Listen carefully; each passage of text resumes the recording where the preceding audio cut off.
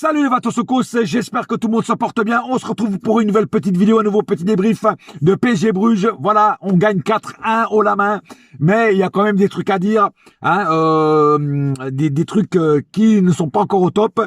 Alors, une première mi-temps du Paris Saint-Germain très sérieuse, avec un jeu simple, fluide. Voilà, quand il joue simple, ça marche. Il se pose pas de questions. Voilà, c'est tac, tac, tac, tac et ça passe. Bon, après, évidemment. Nous avions des joueurs du Paris Saint-Germain qui n'avaient aucune pression, vu que le match était pas un match décisif, pas un match en jeu, vu qu'on était déjà qualifié, qu'on perde, qu'on gagne ou qu'on fasse match nul, on était qualifié. Mais on a vu quand même une bonne première mi-temps de Paris Saint-Germain, même si aussi Bruges, on doit le dire, hein, faut pas se voiler la face, n'a mis aucune pression sur le Paris Saint-Germain en première mi-temps. Après, peut-être qu'on leur a peut-être pas laissé les occasions, certes, pour leur laisser mettre la pression. Mais en tout cas, une bonne première mi-temps du Paris Saint-Germain, avec des joueurs concernés, avec des joueurs attentifs, avec des joueurs très sérieux, une bonne possession de balle. Non, j'ai vu un PSG vraiment agréable à regarder, et ça fait longtemps qu'on n'avait pas vu un PSG agréable à regarder à jouer au football. Par contre, je ne peux pas dire autant de la deuxième mi-temps. De la deuxième mi-temps, pourrave. Voilà, je vous dis franchement. Alors oui, il y a eu quelques petits trucs intéressants, mais comparé à la première mi-temps, c'est le jour et la nuit. Comment on peut faire une première mi-temps aussi bonne et une deuxième mi-temps aussi dégueulasse? Je ne comprends pas cet état d'esprit. C'est-à-dire qu'en fait, en deuxième mi-temps, les Belges nous sont rentrés dedans. Hein, carrément, faut le dire. Hein, ils ont commencé à mettre plus de pression et nous on a pris l'eau. Voilà, nous on a commencé à se fissurer comme d'habitude et après il est venu ce but de merde sur une faute d'un joueur qui n'aurait même pas dû rentrer sur le terrain, hein, et surtout pas à ce poste-là. Mais je vais y revenir. Voilà, donc on s'est complètement relâché. Alors on gagnait 3-0, on se relâchait, c'est bon, c'est fini, voilà. Et ben non, c'était pas fini. Et c'est pas fini tant que l'arbitre ne siffle pas la dernière seconde du match avec son sifflet. Voilà. Et ça, c'est le gros défaut du Paris Saint-Germain, c'est qu'à chaque fois qu'on mène haut la main, et ben les mecs ils se relâchent. Voilà. Et après on se prend des buts à la con. Et d'ailleurs Marquinhos, il a poussé un coup de gueule. Je sais pas si vous avez vu, il a poussé un coup de gueule énorme parce que c'est pas possible de se prendre un but comme ça à la con. Voilà. Et le fautif du but, je vais tout de suite en parler, c'est Kerrer. Kerrer qui a fait une rentrée de merde. Non seulement Kerrer, le mec, il se fait battre sur tous les duels, il se fait bouffer sur tous les duels, hein, il fait une faute de merde où il se prend un carton jaune, hein, et le but, c'est lui le fautif. Il est à 10 mètres du porteur de ballon, du mec qui avait le ballon dans les pieds et qui marque le but. Le mec, tu le vois derrière à 10 mètres. Hein. Alors comment tu veux qu'il n'y ait pas but? Mais Kerrer, t'es dégueulasse, frère, t'es dégueulasse. Voilà, je te dis franchement, alors oui, tu joues pas à ton poste, mais t'es dégueulasse. T'as fait une entrée dégueulasse et t'as fait un match dégueulasse. Voilà, je te le dis, moi. Je te le dis. Alors, je sais pas si Marquinhos, j'ai pas vraiment eu le temps de voir si Marquinhos, il pousse un coup de gueule sur toi ou sur l'ensemble de la défense, mais en tout cas, si c'est sur toi, c'est mérité, frère. Parce que t'es dégueulasse. Voilà, genre de merde. Y a pas d'autre mot. Franchement, je sais même pas pourquoi t'es rentré, toi. Enfin, si, je sais pourquoi. Parce que malheureusement, Nuno Mendes s'est blessé. Mais franchement, ce joueur-là, oh, j'ai même plus quoi dire sur Kerrer. Franchement, ce Kerrer, faut arrêter avec ce joueur. Faut arrêter. Ou il faut trouver quelqu'un de mieux, ou alors je sais pas, mais arrêtons avec ce joueur. Enfin bref. Mais en tout cas, bon, après on s'en sort bien avec un penalty, voilà, un penalty qui remet le score à 4-1. Voilà, bon, après, moi je vous dis franchement, voilà, je m'attendais à mieux, vu que c'est un match sans pression, à demi-temps très bonne du Paris Saint-Germain. On en a eu qu'une. Voilà, c'est comme ça. De toute façon, on est habitué avec le Paris Saint-Germain, c'est comme ça. Hein. Bon, on va passer aux statistiques du match. 17 tirs du côté PSG, 15 du côté Bruges, 9 tirs cadrés du côté PSG, 6 du côté Bruges, 61% de possession de balles, 39 du côté Bruges. Bon, on les a quand même largement dominés quand même. Moi, je pense que c'était surtout en première mi-temps. 659 passes du côté PSG, 418 du côté Bruges. 89% précision de passes côté PSG, 82 du côté Bruges. 10 fautes du côté PSG, 9 du côté Bruges. Il y a eu pas mal de fautes durant le match quand même. 2 cartons jaunes du côté PSG, dont un Kerrer, et 1 du côté Bruges. 0 carton rouge. un hors-jeu du côté PSG et 3 du côté Bruges. 7 corners du côté PSG et 6 du côté Bruges. Voilà. Donc on les a quand même pas mal dominés sur pas mal de points, mais la deuxième mi-temps me reste quand même à travers la gorge. C'est pas possible de faire une mi-temps comme ça. Voilà, je vous le dis. On va passer tout de suite au cas par cas. Donnarumma a été choisi dans les cages. Voilà, c'est très bien. Donnarumma a fait de belles parades. Sur le but, il n'y peut rien. Voilà.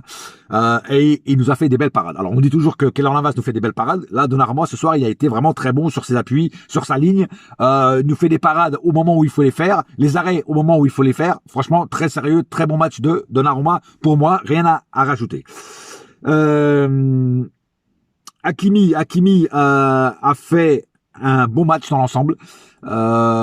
Défensivement, c'est toujours pas ça, mais offensivement, il a quand même fait un bon match. Il a apporté pas mal de pression et de percussion.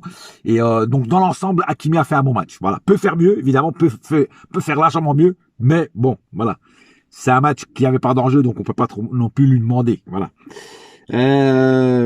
Marquinhos, toujours impeccable. Marquinhos, rien à rajouter. Marquinhos, c'est le top à chaque fois. Il nous fait des matchs sérieux, toujours sérieux. Si on avait 11 Marquinhos sur le terrain à chaque poste, il y aurait du mal, les autres équipes auraient du mal à nous vaincre, je vous le dis moi. Diallo n'a pas été dégueulasse.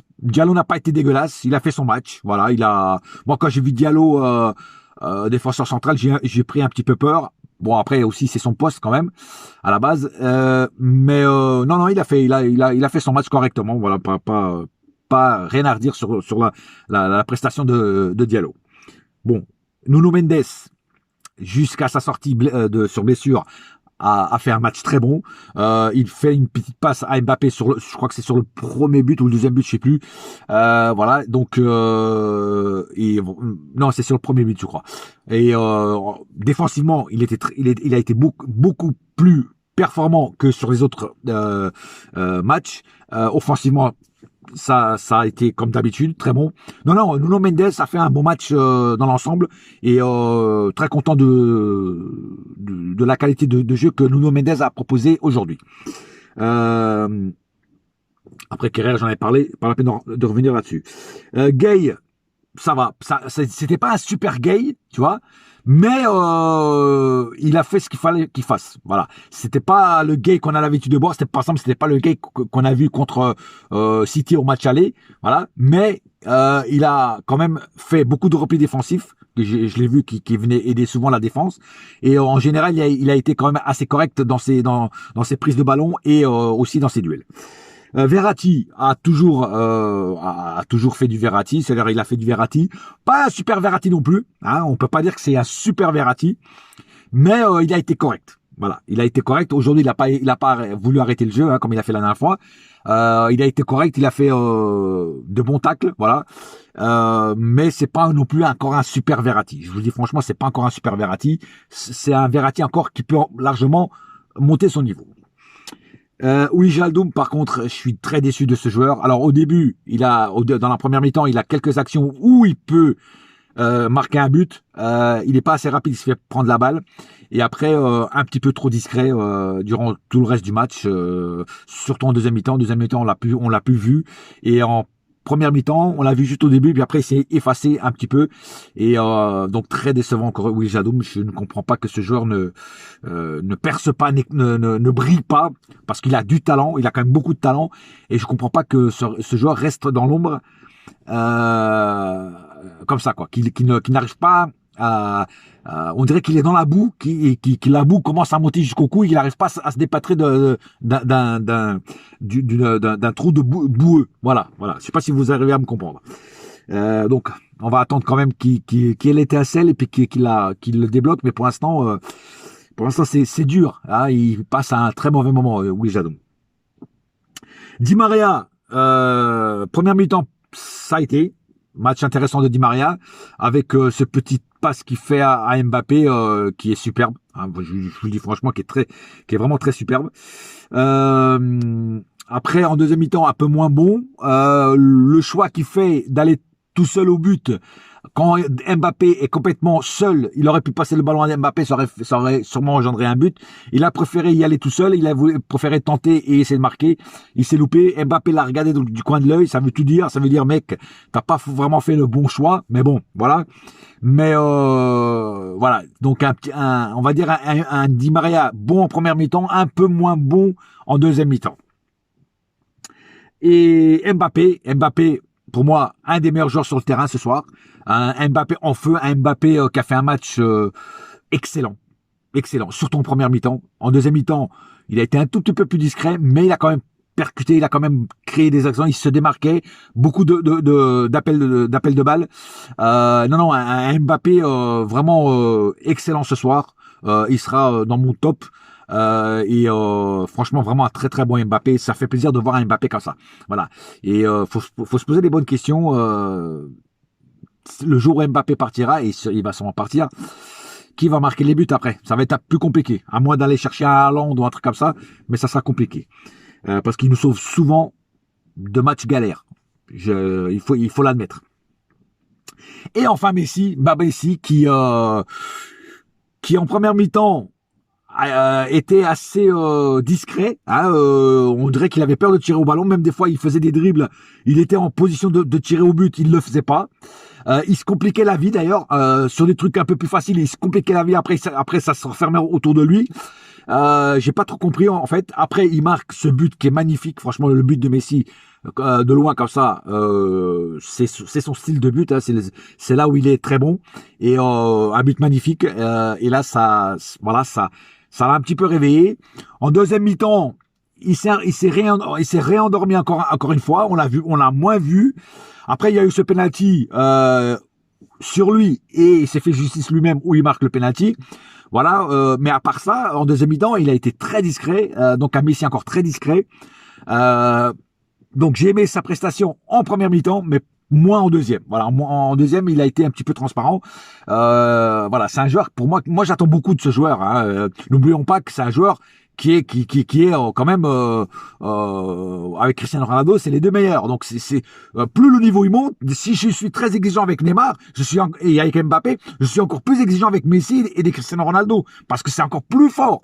Tu vois, et c'est pour ça que des fois je reste sur ma faim. Tu vois ok, il marque un but tout ça, mais un Messi, surtout un match comme ça sans pression, sans rien, ça devrait être un Messi putain qui survole quoi. Tu vois, qui te plante au moins 2-3 buts. Tu vois. Et là, il a marqué 2 buts, dont un sur penalty. Mais voilà, j'attends toujours un peu plus de création, d'initiative de sa part. Voilà. Et des fois, je reste sur ma faim. Et sur ce match-là, je suis un petit peu resté sur ma faim. Voilà. En tout cas, on a gagné 4-1. C'est l'importance. Leipzig, de son côté, je crois qu'ils ont gagné 2-1 contre City, qui a dû mettre l'équipe C. Hein. Peut-être, je sais pas, j'ai pas vu la compo, mais bon, en tout cas, apparemment, ça sera Leipzig qui ira en Ligue Europa et non pas Bruges. Bruges rentrera à la maison. Hein. Et nous, on continue notre aventure. Le 13, c'est-à-dire lundi, on va savoir contre qui on va se rencontrer en huitième de finale, en espérant une équipe pas trop forte, de préférence. Et on verra bien. Mais de toute façon, que ça soit forte ou pas, il faudra les gagner. Voilà. En tout cas, un match intéressant, ou en tout cas plus intéressant que les derniers matchs que j'ai vu de Paris contre Nice, contre Lens. Un match un peu plus intéressant, mais reste encore beaucoup de trucs à corriger, beaucoup de défauts à gommer. Et Pochettino, il te reste encore beaucoup de taf, beaucoup de boulot. Et j'espère que tu vas, si jamais tu restes, si jamais en janvier c'est encore toi, il faut vraiment que tu gommes et que tu corriges les défauts que certains joueurs ont au Paris Saint-Germain. Voilà. Sur ce, pas plus à dire sur ce match. N'oubliez pas une chose, un seul cœur, un seul club, c'est Paris ma gueule, yes my friend, et la saga continue. Allez, bouya!